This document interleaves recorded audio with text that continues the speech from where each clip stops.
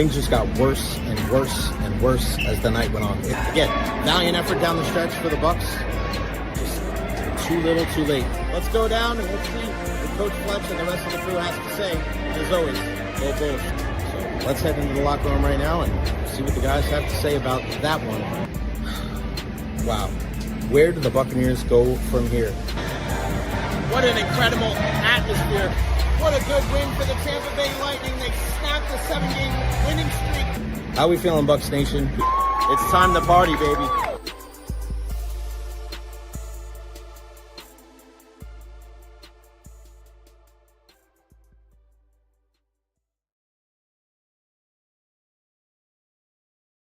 Boom! There we go. What's going on, everybody? Welcome to the Recher podcast. Happy Friday, August 1st, 2025. Hope everybody is having a wonderful day, whether you're here in the Tampa Bay area or abroad. Thank you and appreciate all of you who tuned in last night for our emergency Rays trade deadline podcast. We had such a blast with that. A lot of great interaction, ton of views.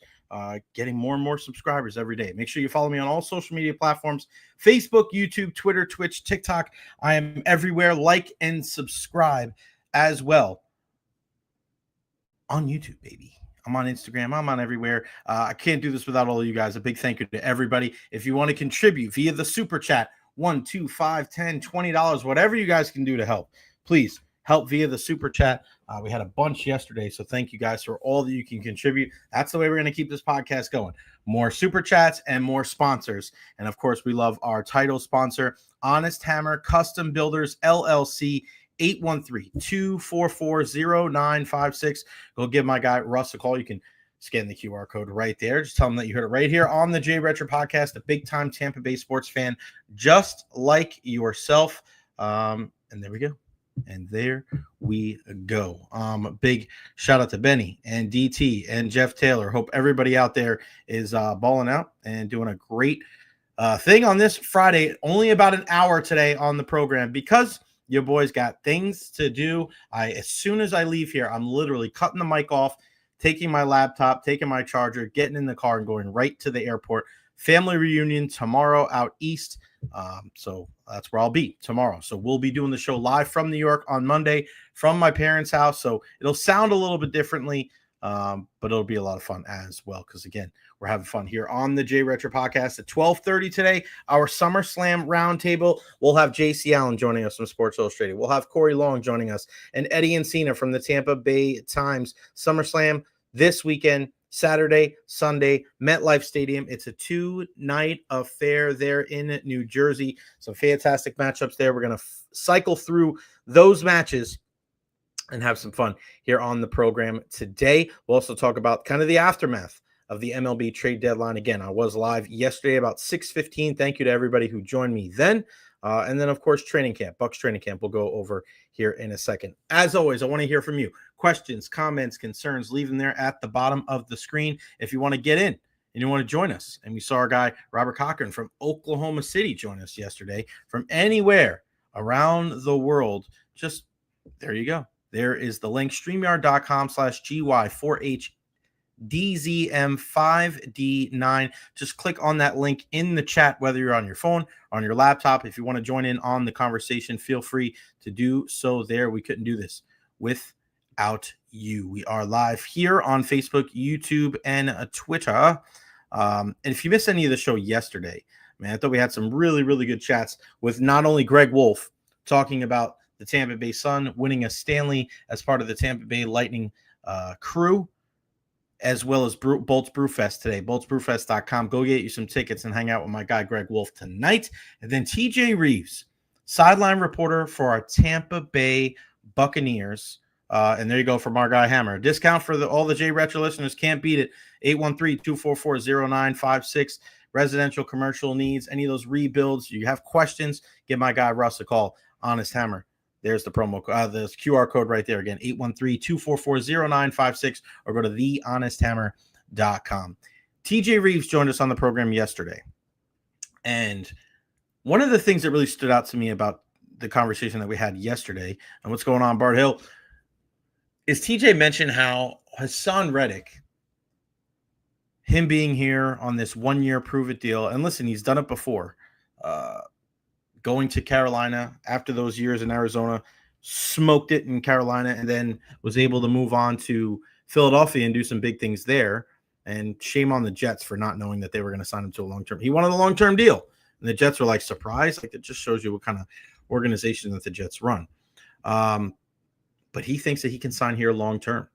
Will Hassan Reddick be here after this year? I think it's a very good conversation to have because that dude is legit.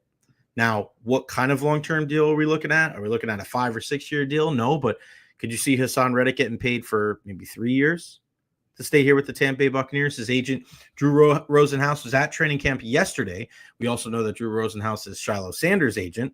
So there's a good relationship between Drew Rosenhaus and the Tampa Bay Buccaneers because we know Shiloh was not a guy that was really kind of penciled in on any team for any workout, but Drew Rosenhaus reached out to Jason Light, reached out to Todd Bowles. This is public knowledge, common knowledge.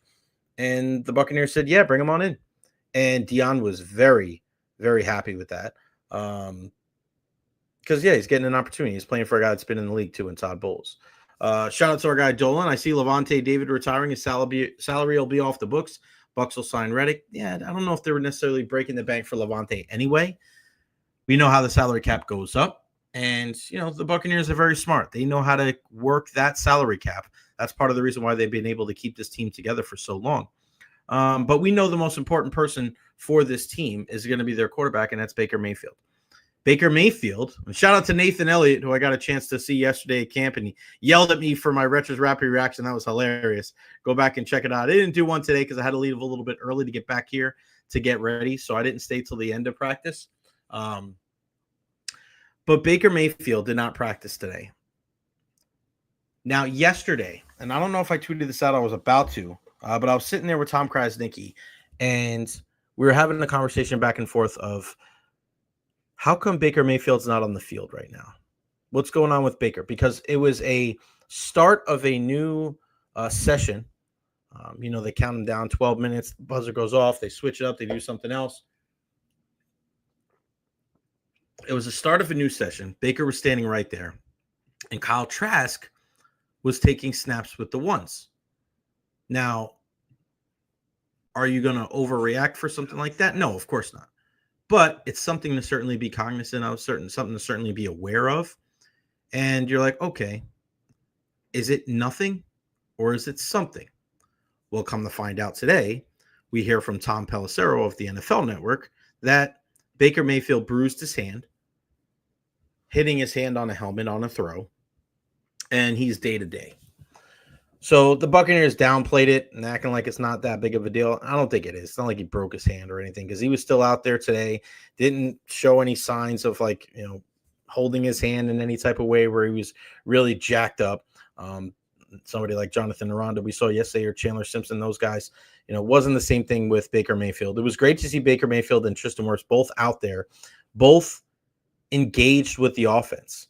And you see this sometimes, and this just shows you how tight of a group that this Tampa Bay Buccaneers team is you see these guys around even when they're not 100%, even when they're banged up, even when they're not playing. We saw this with Ryan Jensen a couple of years ago. Remember when Big Red got hurt, and he was still there coaching up the offensive lineman. That's the kind of atmosphere. That's the camaraderie. That's just the environment that the Buccaneers have built over the last couple of years. And you saw it again today with, Levante not practicing, Tristan not practicing, Baker not practicing, but they're all still out there. They're still out there coaching up their teammates, having a good time. It says a lot. It says a lot where the Tampa Bay Buccaneers are at. So here's the thing. So Seacrest and I were sitting there yesterday, and Kyle Trask takes those reps, and we're wondering, what's going on? Why is this happening? Could be something, could be nothing. Because we saw Baker, and he was down, crouched down, almost in the catcher's position. And, the first instinct is it's freaking hot as hell out here because we're just looking up, and you can't even fault the guy. You can't even fault the guy if it's really that hot. And shout out to Karen Clemente, another great supporter of the program. I hope your Friday is beautiful. Oh, that's very sweet of you. Thank you, Karen. You're definitely my favorite Karen, no doubt about it. And then we saw Baker almost behind the line of players working on taking snaps. And I'm pretty sure it was Graham Barton because it was when the second string guys went in there. So you're like, oh, okay, it doesn't seem to be, too bad. Now you look back at it a day later and you say, okay, now that makes sense. Baker hit his hand on a helmet, didn't feel too good, and then he was working on snapping the ball to see how his hand was. Now, we finished practice and made some good throws, so it wasn't too alarming. It wasn't something we didn't really pick it up until we heard something today. So I don't think it's going to be a long-term issue. I don't think this is going to be a big problem for Baker Mayfield. There's a couple of things that works in his favor. First, no practice on Sunday, no practice on Monday for the Bucs. So I wouldn't be surprised if he took off tomorrow too and have 4 straight days off in a row. That would make a lot of sense for Baker and the Bucs. And he's probably not going to play in the first preseason game anyway. We know that's what Todd Bowles did last year. Maybe he'll do the same thing this year. Seems like they'll lean in that direction. So no cause for panic when it comes to you, Tampa Bay Buccaneers fans out there. If you're worried about a guy like Baker Mayfield not being in there today, if you think it's going to be an issue, and it's not. It's not at all. I think he'll be fine, and I think he'll be ready to go in the season. Kyle Trask did make some good throws today, and he's had a really tough camp. And I've said this for a couple of weeks now, is that, you can say that, it's Baker, but it's not just Baker. It is certainly not just Baker Mayfield, because that offensive line, it's not just Kyle Trask, because that offensive line has been porous. It has really struggled at times without Tristan Wirfs in there. Now, is that because of the offensive line and not having one of the best players in football on your team, on your side of the ball, or is it because the defense has improved? And I think it's a little bit of both. So Kyle's really struggled. I thought he made some better throws today. In the red zone especially, there were some good throws, and the offense had some success. It was a good back and forth between the offense and the defense today. One of the biggest things as I'm watching this Tampa Bay Buccaneers defense suit up, especially in the red zone because they were right in front of us, is just the depth is so much different than last year. The precipitous drop between the first string and the second string last year was it was so harmful. And that's a big reason why they didn't win some of those games when they lost guys due to injury. Now this year, you're looking out at that second string defense and you're going, okay, now you have Braswell. Okay. Now you have a guy like Kendall Vildor out there. All right. You have Bryce Hall, who's healthy. Okay, you have Antonio Gray, who's been in the system now for a couple of years, right? You're looking at some of the safeties, and you have Kayvon Merriweather. You have guys that have been here for a couple of years. It makes you feel a little bit better. And then Tyke was out there. He was kind of the one starter that was with the group. But those guys are going to be ready. Those guys will be ready to play. And a lot of great plays from the nickels. I know our guys at Pewter Report mentioned that earlier today, where Tyke Smith has had a phenomenal camp. J.J. Roberts has had a really good camp. Christian Izien is everywhere. Undrafted free agent. He's been with the team for a couple of years now, and he's probably one of your favorite players. There was a nice play today, and listen, there is a big difference between a guy like Christian Izien and a guy like Devin Culp, just based on their size. They're big, huge. Devin Culp looks like a freaking Brahma bull out there. And then Christian Izien, right? Not the biggest guy in the world, but plays with a ton of heart, and he is all over the place. And there was a play today where it was a crossing route for Culp, and Christian Izien broke it up, and then he just screamed, like he was jacked up. He's been fantastic. And that's when I was sitting with the Pewter Report folks, and Scott Reynolds is like, man, all 3 nickels have been crushing it in camp. You got that right, my friend. The other guy that continuously jumps off the page is Benjamin Morrison. I got to admit, early on in camp, probably before camp, earlier on in the offseason, I was a little concerned because of the injury history with the hip. This kid has quelched any of those fears that I have about his ability. And it was never his ability to play because he's a first-round talent if he doesn't have those injuries. It's just you don't want to start talking about a kid's injury history before he's ever suited up for an NFL game before. But one thing that we've learned over the years, and I think this is my 11th training camp, is that the time between now and the first game of the NFL season, it's so drastically different from what you see today. You think guys are going to be so good, and then they don't even sniff the field on Sunday. There's just a large difference. And I kind of understand you're seeing all of these like former NFL players like JJ Watts getting all bent out of shape, and other former NFL players like, I can't believe people keep stats and they get all, for training camp and that doesn't mean anything. And like, yes, okay, to an extent, like you're 100% right. Because once again, we use the example of Kyle Trask versus Baker Mayfield. That was never a competition. And now we know the Buccaneers certainly made the right choice. But it was nip and tuck there for a while if it was just a pure competition. But you don't see everything. You don't know everything. So we understand that at training camp, like sometimes the offense has an advantage, sometimes the defense has an advantage. We don't know who's banged up. We don't know if coaches are trying to look for something different, right? And we know that with Todd Bowles, where sometimes he'll put undrafted free agents in with the ones on defense. Just put one guy in there. All right, you're going to play defensive line, or you're going to be a linebacker. Let's see how you fare. That's good. It's a sink or swim type of mentality, but we don't know that all the time. So the things you see in training camp, we don't necessarily have any clue if it's going to translate to the regular season. But for those out there that get all pissed off about people that take notes, or the people that, like, you're engaged in the product, people are excited about football. I think the majority of the people that keep the statistics and the people that follow what's going on in preseason, in training camp, know that it's not necessarily going to translate to the regular season. To act like, oh my gosh, like these people are the worst people in the world because they actually give a shit about the training camp, what's going on, and in their, for their own prerogative, for their own, fun and enjoyment, they want to chart passes. Like, good for them. Who cares? That excitement, that investment that fans have for the state of football, the reason why these guys get paid millions of dollars. So to get your panties in a bunch because of things like that happening, I'm like, God, man, go die on another hill. Jesus. For me, you're looking at Benjamin Morrison. He stood out in a big way. And the defense looks different. I just mentioned that. The depth is completely different. Completely different. And I cannot wait for this team to play. And I was speaking to a couple of members of the Buccaneers organization today, and they said, Jay, like, we got a good group of guys. And that's the other thing. It's one thing to have a talented group. It's one thing to have a bunch of good players. But from what I keep hearing from the people that work within the Tampa Bay Buccaneers organization, there is a lot of just good dudes. Treat people with respect. It's a tight-knit group. There's a lot of camaraderie. And you see that. You see that examples all over the practice field. I just mentioned it before. Baker Mayfield and Tristan Wirfs and Levante David not practicing. K-Dot not practicing today. But those guys are in there. Even though K-Dot's not practicing, he's talking to Payne and Durham. He's talking to Devin Culp. He's talking to the tight ends in that room. And that just that's not normal. And you can go back and you can thank the Bruce Arians and Tom Brady. And I'll tell you this, guys.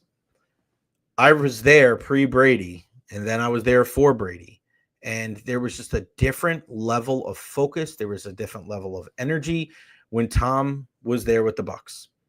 Balls didn't hit the ground. Guys were still having fun, but there was a attention to detail that we were hoping was going to carry over until post-Tom Brady years. You don't know until it happens, right? You don't know who's going to be able to take those lessons and to be able to continue, because we've seen the opposite. We've seen guys when they go to other teams, or when more ownership or more leadership is pressed on their shoulders, they crumble and they don't have that same foundation.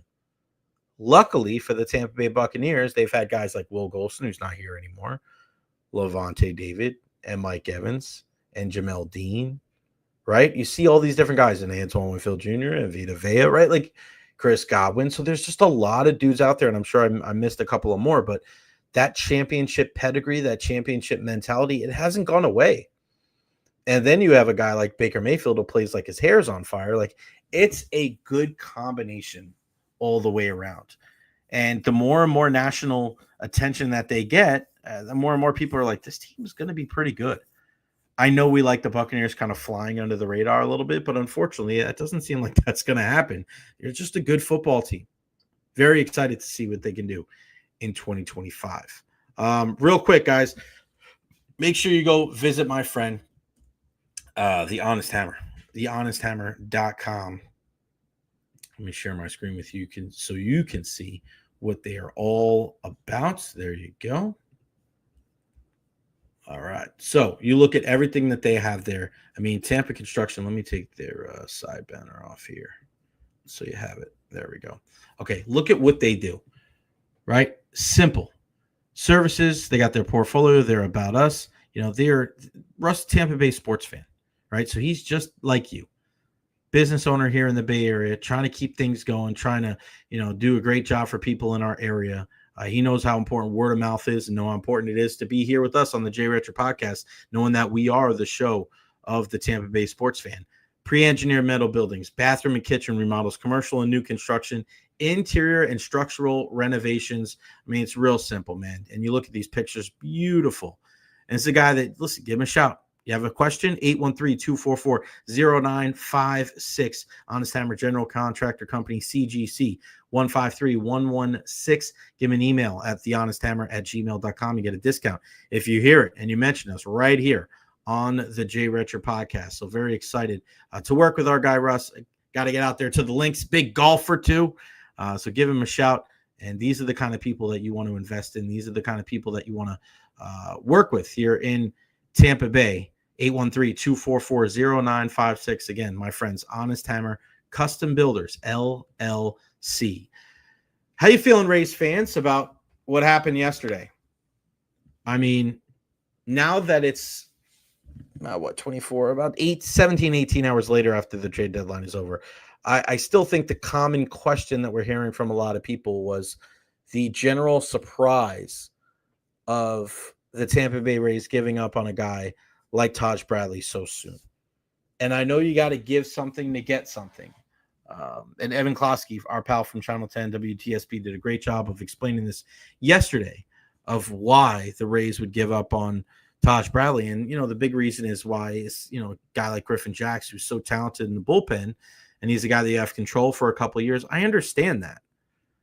But with that being said, this guy's 24 years old.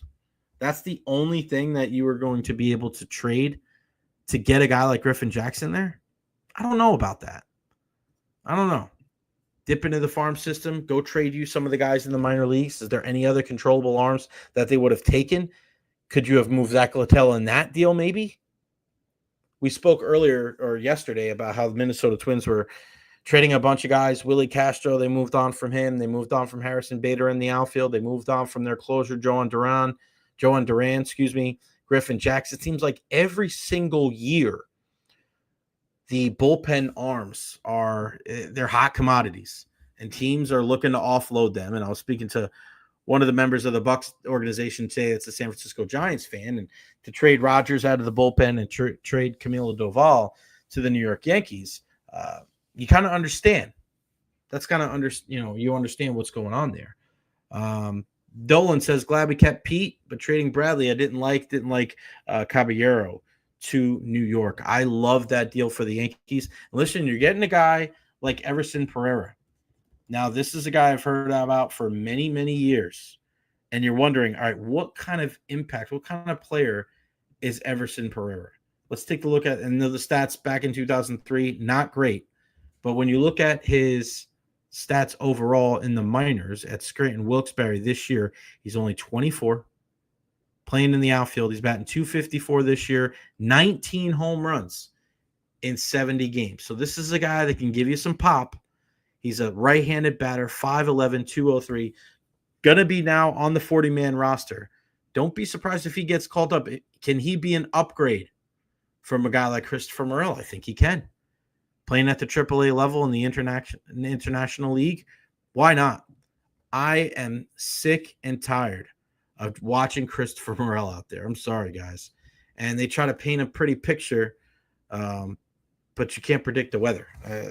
Christopher Morel has not been that guy.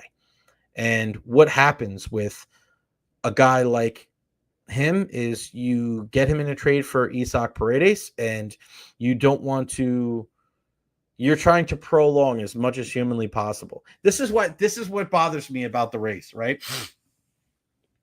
It seemed – I don't know if it's just me, but do you guys agree with this? I feel like the Rays gave more of a chance to Christopher Morel than they gave Taj Bradley. Am I the only one that feels like that? I feel like they gave up on Taj Bradley too soon. I don't care if you're getting Griffin Jackson or not. You can get other arms out there. Every single year, the Rays pull somebody out of obscurity, and he tends to throw 70 innings for them. So I'm not like, do they have to trade Taj Bradley? I don't think so. But again, it just seems like Curtis Mead's one thing, right? Curtis Mead, they gave him every opportunity. It was every single year. Look at the Aussie. He's going to come up big. He gets an opportunity. He does really well in spring training, and then come to the regular season this year, and he just craps the bed. I can see why you move on from Curtis Mead. Enough is enough. But for a guy like Taj Bradley, you trade him away for a reliever? He's 24. And you still have Christopher Morel on this team? A guy who at times can't hit water if he fell out of a boat? I don't know, man. I don't know. It's just, these are the questions that the Rays have to answer. And I know Eric Neander is going to be on with T-Kraz later on today on WDAE, but they're going to spin it in a way where a lot of people are going to just, whatever the Rays do is right. And I just, think for yourself, right? Think for yourself. When you watch this team, you wish that things were different. You wish that we didn't have to constantly shop in the clearance section, right? We didn't have to shop like we didn't have any kind of money whatsoever for groceries. They do have some semblance of a payroll. They do pay certain players certain things. But I am ultimately happy that some of the guys, I think more than anything, I'm more happy that they didn't move certain, I'm more happy about the guys they didn't move. You guys agree with that? Are you more happy with the guys that they didn't move rather than unhappy about the moves that they did make? Because the fact that it's August 1st and Yandy Diaz and Brandon Lau and Pete Fairbanks and Garrett Clevenger are still on this team, I think that's a positive for Rays fans, because it has not been, it's been stop and start. It's been up and down. Remember, about a month ago, they were crushing it. Hottest team in baseball. And they're struggling so much right now.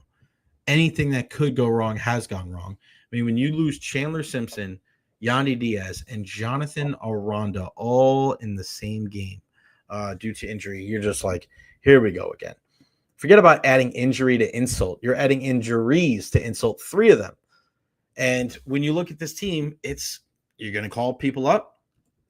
How long are we going to be without Jonathan Aranda? I mean, it's going to be a while, and that's what Kevin Cash has said.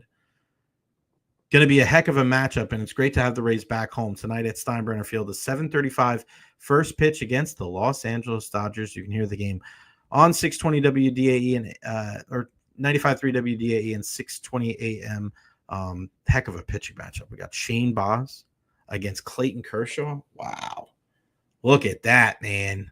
That should be a lot of fun. That should be really cool. I remember a couple of years ago where we were doing I think it was the Rays media game. And as we were doing the Rays media game, Clayton Kershaw was warming up in the bullpen. And our pal John Sable from up in Cleveland, who used to work for ABC Action News, hit a foul ball down the left field line. And Clayton Kershaw just looked at the ball and he just didn't even move. He didn't even move. He was cool as a cucumber. And he was like, yeah, whatever. I'm getting my work in. Leave me alone. I was tempted to go up to him. And ironically enough, on that day as well, Wander Franco was in the outfield running around, getting loose. And this is when he was banged up a little bit. And yeah, who would have thought we'd be in the position that we're in right now when it comes to a guy like Wander Franco, never going to see the field again, never going to be a member of the Tampa Bay Rays again. That really set the team back. It really did. And Clayton Kershaw has been on the team ever since. Now with 3,000 strikeouts, a surefire first ballot Hall of Famer for the Los Angeles Dodgers, who, listen, even though they're not 100% or playing up to their capabilities, they're still in first place, and it's still them against the field, in my opinion. And you look at what everybody else is doing in the West, the Diamondbacks selling pieces off like Suarez and Naylor and Merrill Kelly. The Rockies, they haven't really been a factor this year. The Giants moving on from Rogers and Doval in the bullpen. They traded their longest tenure player, Mike Yastrzemski, so he's out now. And then the Padres. And the Pods been absolutely nuts trying to find a way to compete in the NL West. And you better win that wild card because it'll be awfully tough to win the division. All right, guys. Again, only an hour show today because I got to hop on a plane and get the hell out of here. Maybe I'll go to SummerSlam Sunday night if I'm feeling frisky. But we're going to have our SummerSlam round table. We're going to bring him in. Everyday Eddie Encina from the Tampa Bay Times, our guy JC Allen. Look at it with the BG with the Bucks game day and our pal CoreyLong. Sleeveless in St. Pete. Are you? I'm in Columbia, South Carolina still. What? So are you intimidating us with the sleeveless look or what? What's going on here? I am washing clothes right now. I'm intimidated. I can say I am intimidated. JC intimidated. Ed, are you intimidated? That is frozen. Apparently, I am way intimidated. I'm always intimidated by Corey because he always tries to boss me around. Those traps. I do not. Traps. Oh man! All right, guys, let's start off. Have any of you guys a hand raised if you've watched the WWE Unreal series yet on Netflix? One and a half episodes. Ed, Binge the whole thing and had to catch up on sleep the next morning. Unbelievable. JC, you love it? I did. There were parts of it I was like, but it was cool to see kind of the inner workings. I feel like a lot of it was still kayfabe, even though it was showing not kayfabe. Right. I feel like they tried to do a lot of misdirection, but overall it was good. It's always good to get behind the scenes, whether it's the Bucks doing, the Rays doing, the Lightning do it, WWE doing it now. Love to get that inside look. Real quick, before we get to SummerSlam, what's one thing that really stood out to you, Corey? From what I've seen so far, it was. I think I've only seen about a kind of more or less 2 episodes, but it was. There were a couple parts that jumped out to me was old Triple H wondering if Jay was gonna blow. Jay was gonna gas up as they were trying to give this push, and the other one was just the Liv Rhea incident where she really Liv probably didn't catch that Rhea got injured and you're up on her bad shoulder. It just shows you when you're live, when you're doing things, you just stuff happens and you gotta play it off. Some of the conversation with them and the officials I thought was really, really cool. How they're constantly really. The officials got all that going on in their ears, kind of like any of us who've done TV. You've got the truck in your ear while you're talking. That happened to me a lot when I was at ESPN, and it's an interesting balancing act while you're trying to say something. You got somebody whispering something in your ear, telling you to do something different or shorten something up. So having all that stuff being done live, basically in a live action film, is wild to me. The officials, what they have to do, their role in this live action film is just wild to me because they have to, keep this thing going. They have to communicate to the wrestlers, slow this down, speed it up. Is this guy hurt? Do we need that's just, to me, what they do is really underappreciated. They keep this whole thing together. They certainly do. Ed, scared of Bruce Pritchard after this now? Do you think he's kind of an a-hole because of he was just, man, this guy, he poor was not poor Abyss. Yeah, I felt bad for Abyss, man. He's sitting there and I think the behind the scenes of Gorilla was cool. I think everyone kind of has wondered what that looks like and kind of all the details behind it, as Corey says, how much of a production it is back there, but also kind of, when guys, I've heard a lot of people be like, they didn't want to see that much, but also they didn't want to see, these two guys beating the shit out of each other. And then all of a sudden they're, hugging each other back, behind the curtain and everything. But I thought that inside look was cool. I said, I felt bad for Abyss when he let that match run. What was it, 2 minutes late? And he was apologizing the whole time. And OG William Regal. It is what it is, But I was I think we saw a little bit of the human element, which is what documentaries are made to show. I think we saw a different side of CM Punk and his relationship with Triple H. Kind of agree to disagree on things, and they kind of came to a common ground with stuff. And even Charlotte Flair, I think I'd like to talk about her a little bit more later on, but it is you see kind of these human elements of what these wrestlers battle through that is real. We all talk about kayfabe and everything like that, but there was a lot of stuff that we were able to see there that is real, no doubt. JC, I don't think it ruined it at all, right? I mean, I know there's people that were worried, like, oh, this is just going to cripple the wrestling business, including, former wrestlers and former, higher ups. Watching it, I was like, okay, I had that in my mind, like, okay, is this really going to ruin it? But I think if you're invested and you love the product, like you kind of have an idea, and I don't think you're not going to see that all the time. It's just for this special. I thought it was very well done, and I don't think it revealed too much of the business that we didn't really know much about anyway. No, and I think Ed hit the nail on the head. What it really did, I thought, was humanize these people, because the IWC, we know, is so toxic, and they really only treat these people like their characters. But to get that behind the scenes, that vulnerability from Rhea, that how excited Charlotte was to have fans screaming her, and all these different things that kind of happen behind the scenes with CM Punk getting emotional before, like, show the human side of these people, because they're people. They entertain us every week, but they're people too. And I feel like some people just get so lost in the characters that this is a good way to bring it back and ground them. And it was cool to see, like, how their process from, like, leading up to a match, and then, like, Rhea, like, it switches on. Like with Punk, it switches on. With these guys, they showed, I forget who else, but they showed a couple of guys who were kind of a little nervous to go out there. Jay was one of them when in the Royal Rumble, and it just kind of flips on, and it was good. It was cool to see that. It was, it gives a little bit context about the whole Jey Uso, like Corey said, and maybe why he only got a 52-day run. Maybe he was just gassed and blown up.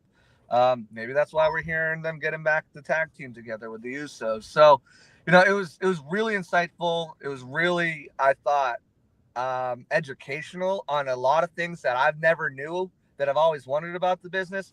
And of course, it was WWE, so you knew it was going to be entertaining, and it certainly hit the level on all three, I thought. Yeah, and the production value is going to be, top notch as well. And I'm with you when it came to the Jey Uso thing. It just showed that things happen. Everybody thought CM Punk was going to win the Royal Rumble, and then it's like, well, what about Jey Uso? And Corey, we were there. Ed, we were there. At Amalie Arena, we're like, everybody was so happy, right? We were so happy to be able to watch. We were in the press room watching the freaking thing. Y'all had seen it before I finished it. I remember we did it. We were good friends. We could have ruined it for you. Yeah, because I was trying to write my story, then I stopped it right as Roman came in, and you were watching me watch it. Like that was about as much of a kid as I had been watching WWE in a while. Yeah, because I was so into that match. I was so into everything, just not knowing what happened and not seeing any spoilers, and really not having an idea who was going to win made it that much better. Yeah, and the guy that I think we least thought was going to win, because you're thinking, all right, it's going to be Punk, it's going to be Cena, it's going to be somebody, it's going to be Roman, it's going to be Seth. I love that aspect of it. All right, let's get into SummerSlam, and I want to just get right into one of the biggest stories of the entire weekend. What's going to happen with Roman Reigns and Jey Uso and Braun Breaker, Bronson Reed, Paul Heyman? Do we see and I want to tie that in to Gunther and CM Punk? And JC, we'll start with you. What do you think happens in the tag match? What do you think happens in that World Heavyweight Championship match? Do you think, because of the way that they've been dealing with this injury, they haven't really announced what the injury is, do you think Seth comes back, cashes in on a victorious CM Punk? Because he's not going to cash in on Gunther. Doesn't make sense. If anything, CM Punk, he's so happy. I finally did what I had to do. He gets the shit beat out of him, maybe by Braun and Bronson, and then here comes Seth to cash in. What do you think is going to happen in the tag match, championship match, and do you think we'll see Seth Rollins? It's so interesting because the WWE has gotten so good at swerving people, right? So you have the Seth injury, and now he goes on Rich Eisen, and he's like, "Yeah, you can't see, but I got a brace and crutches and everything." And now it starts like, well, is he really injured? You got people saying, like, I've seen injuries before, backstage and stuff like that. They're kind of left in the dark. So it feels like this could kind of be something similar to the Cena situation, where nobody knew he was going to be heel, and they're just keeping this kind of, will he, won't he? Is he injured? Is he not injured? And that's gonna, if he cashes in, then that's everyone's answer right there, right? I thought maybe because they brought Brock merchandise back, maybe if Seth really is injured, maybe it's Brock and Gunther and they challenge. Something's gonna happen. Seth Rollins said CM Punk will never be world champion while I'm still in this business. He's still in this business. Whether it's Seth coming out and cashing in, whether him sending the goons out there after their match with Roman and Jay or whatnot, something happens. CM Punk is not going to win a championship. So that's how I feel about that. Could Seth come out? I think he could. But again, there has been so much like miscommunication and misinformation about this injury. It's hard to know. As far as Roman and Jay, I think it's a waste of a match, to be honest with you. I get people got hurt, but it will be good. It will help promote Bronson and Braun. I would have rather just got Braun Breaker and Roman straight up one-on-one. You know, you speared me in the Royal Rumble. I speared and just have that kind of, match happen solo, but I get it. I got to be honest, I'm not super excited about this SummerSlam card like I thought I would be, but I think Roman's not going to eat a pin, not yet, to Braun at least, not yet. And that the whole situation between the Gunther and CM Punk match is going to be really, I think, fun to watch and it's not going to be the main event, which is interesting to me as well. Because this is Gunther's second time on a big show this year, WrestleMania being the first, which they've killed his character with the whole tap out thing. But now SummerSlam, and he's still not main eventing. So, if you're going to have a big return or a big cash in, you'd think it'd be in the main event. Yeah. So it's got a lot of questions open for what's going to happen in this tag match, because it is the main event, and what's going to happen in this heavyweight match. And to be honest with you, I'm just like the rest of us, just kind of waiting to figure out what happens, because it could go so many ways. Ed, I feel like partially when you look at the way that they did the Unreal, they're very cognizant of the fans and how they take everything and how they have to pivot at times. And also the finishes, right? There's something, and I don't think it was completely like 100% honest, but I thought there was something to be said about how the John Cena Cody match ended at WrestleMania, and the whole crew there at Gorilla knowing that it wasn't the same as night one. Like they were almost okay with like, hey, this isn't supposed to be like shock and awe like we had in night one, where Seth Rollins joins up with Paul Heyman, and they were okay with that. I like that. I don't think that's the worst thing in the world, no doubt. But when you look at this, I think if Seth Rollins was like really injured, there's no reason why he'd have to be off TV, because him as a figurehead in this group and in the Oracle and helping these guys and just running his mouth, like I think that's part of the rub from working with Paul Heyman anyway. What do you think is going to happen? Do you think we'll see Seth? How do you think that whole thing shakes out? Yeah, so I'm a little perplexed too. Like just going back a little bit, first off, I will always acknowledge my tribal chief, and I hate the idea of him in a tag team match in a Super Slam event. But I honestly think that match is more about Braun Breaker than it is anyone else, to be honest. And I think the promo he cut at the end, and I hate seeing Roman Reigns get his ass kicked all the time too, which is way too common. But at the end of the promo where he uses the Roman line of "This is my ring, these are my hands" and stuff like that, I think this is the opportunity to kind of get him over, which also makes me think, and the swerve is there somewhere, right? The swerve could also be in the silence of the fact that we all are thinking that Seth's coming back, and that there's too much weird noise, not enough noise. Like you said, why don't we see Seth at all? If he's that's really a big one. And so I honestly think that you combine that, and I honestly think that he is hurt. I honestly think that we're all going to think that Seth's going to come back and cash in, and he's not. But again, and I know we'll go into this later. It's like we went into WrestleMania thinking, oh, we're going to see The Rock. We're going to see The Rock. We're going to see The Rock, right? And then we never saw him. So, and they always kind of swerve us that way too, of like, where's the finish of the story? And then the story comes to an end. So I honestly don't think we're going to see Seth. I think we're going to expect it. It's not going to happen. I think, again, the tag match is more about Braun Breaker having this great moment on a stage like this, which he's never had. We see he can spear. We see he's athletic. We see all this other stuff. But in a wrestling ring that we see, wow, this guy is really going to get put over. And that's another reason why, the whole trio of, Seth, Braun, and Bronson Reed are all, it kind of makes it all, kind of puts it all together. And And, in terms of, that the Punk match, I do think, at some point when fans chant your name and they've been waiting for this, I actually went back and I looked at his debut, and I got caught up on some reel, his debut at Allstate Arena in Chicago, and how big that was, and how, like, just from when you watched it, you could feel it all, and you could feel, obviously in Chicago, and that's one of the best places to see WWE if you haven't seen it before. It's a fucking amazing place to watch a live event. But I just feel like at some point you've got to reward everyone for what we've seen with Punk, and whether that's putting a strap on him or not, I'm not necessarily sure. But I think at some point you've got to see the payoff here, and I don't know if a great match against Gunther is that quite yet in this kind of thing, No, you're right. I think what it should be, and I think what I hope it is Seth comes in, cashes in, and then you have this Punk is still feuding with a bunch of people. I think if you're gonna put the strap on him, you do it at WrestleMania on the biggest stage, and taking away from CM Punk, who since he's come back, day one since he's come back, has had issues with throughout the whole thing. So I agree with you. I don't think you give it to him. I don't think this is a big enough spot to put the strap on him. WrestleMania is where you got to do it.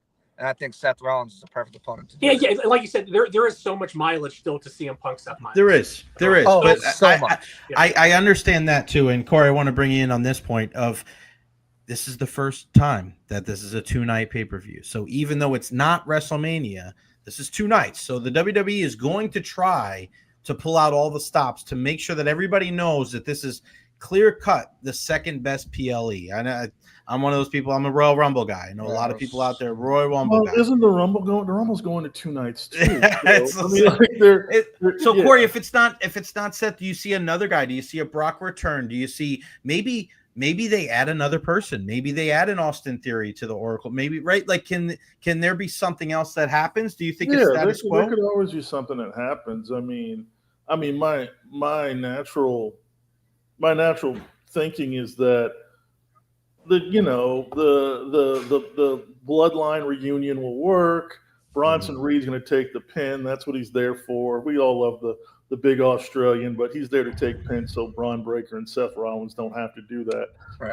So yeah, that's what I think is good. That's what I think is going to happen there. I just don't think they're going to throw that. I don't think they're going to throw Roman and Jay out there to lose. I don't think necessarily Braun Breaker will look bad in the process. It might just, it might be a typical, some heel goof up shenanigans.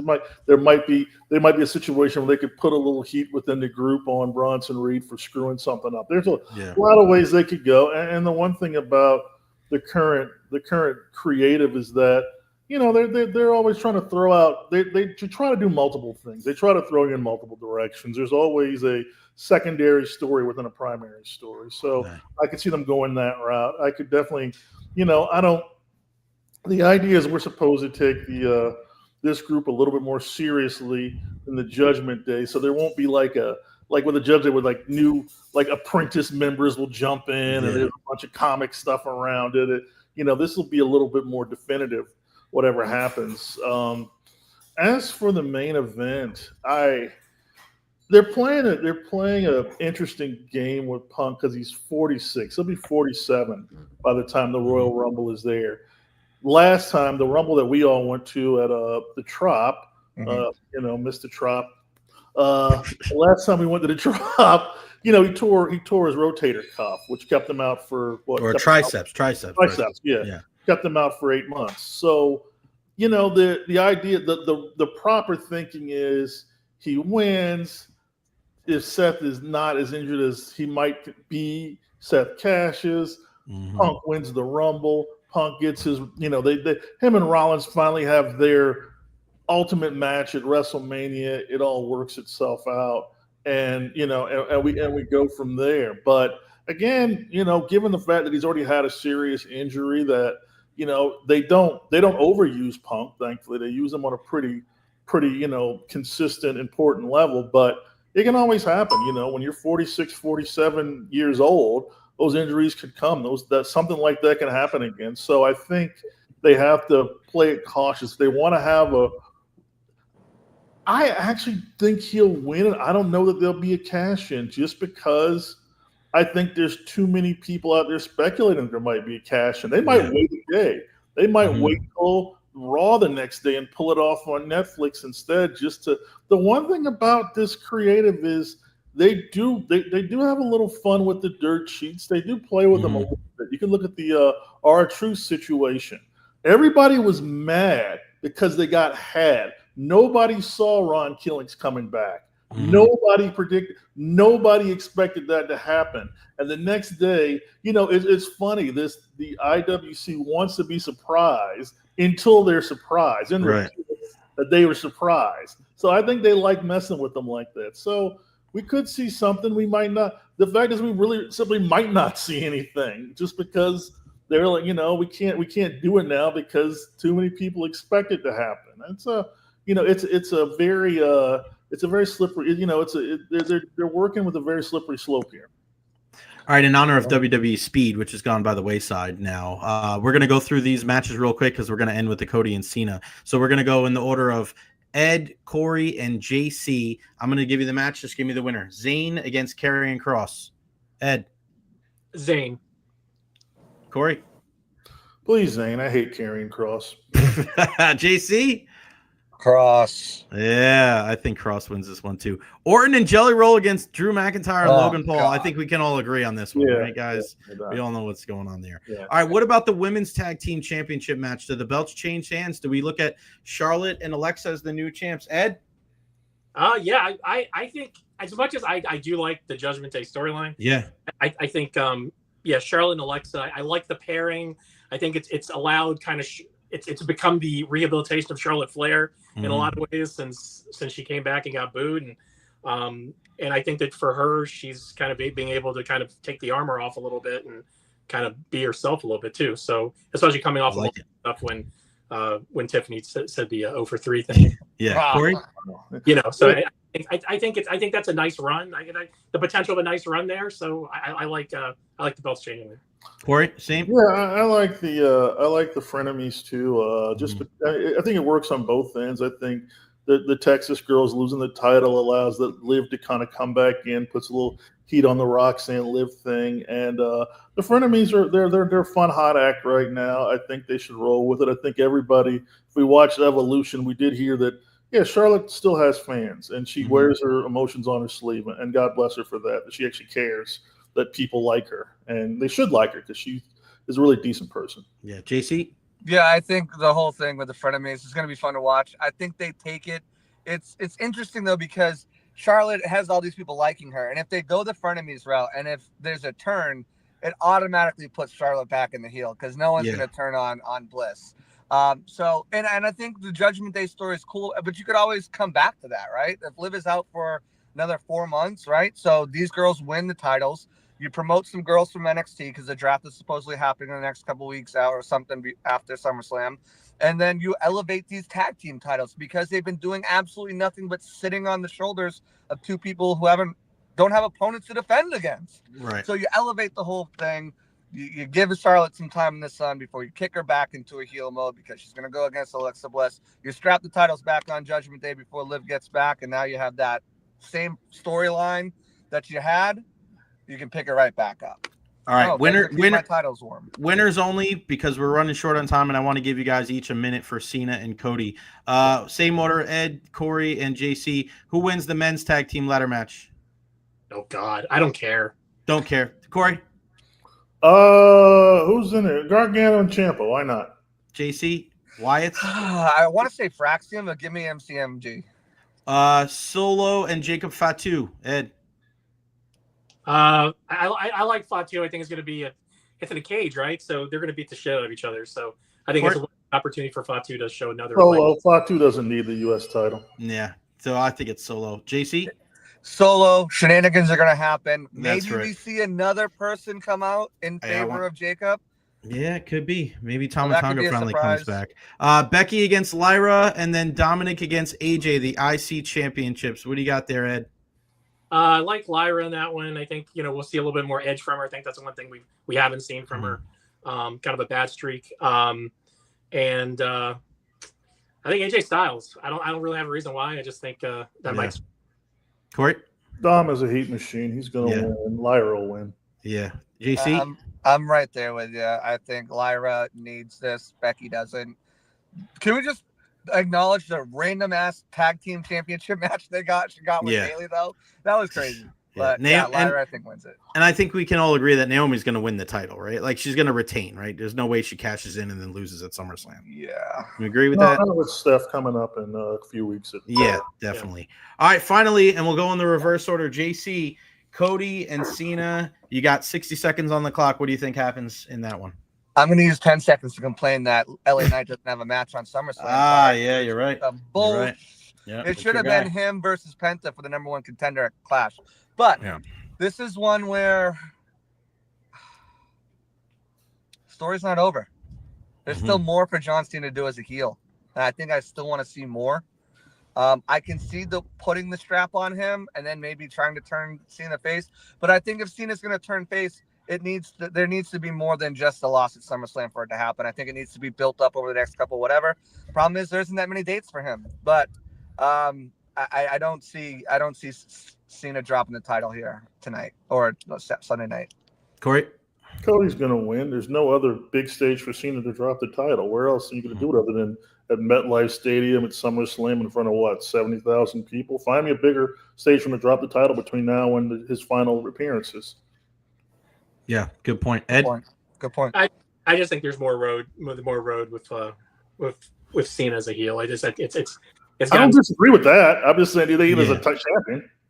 Yeah, I think Cena retains. I just think it's going to happen. I mean, again, we're still waiting for the end of that. The Rock angle to it.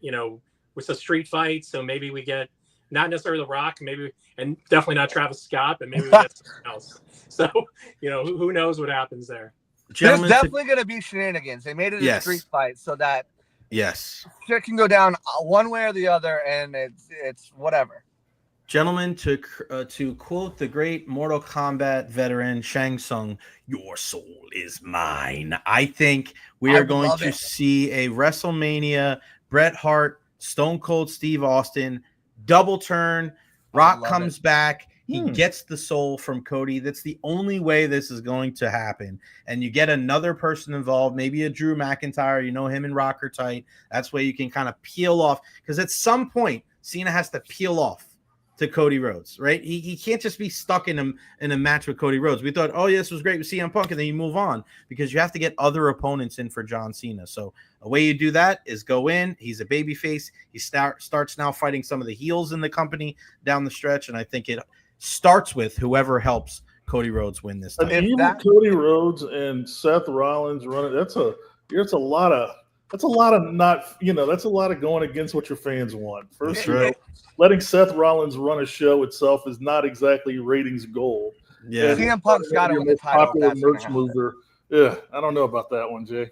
I think CM Punk's got to win the title if that's going to happen, because you got to have, and then you got to start getting Roman. Roman's got to figure out his schedule, and he's got to be there, because there you go. Take away Cody, your QB1, your face of the company as a baby face is gone, and you don't have anyone that can step up. Ready for it? Take that spot. I'm ready for it. Listen, people don't realize. You guys realize how bad they are gonna boo? It's the same thing on the other side. People cheer the hell out of baby faces after they've booed them for a long time.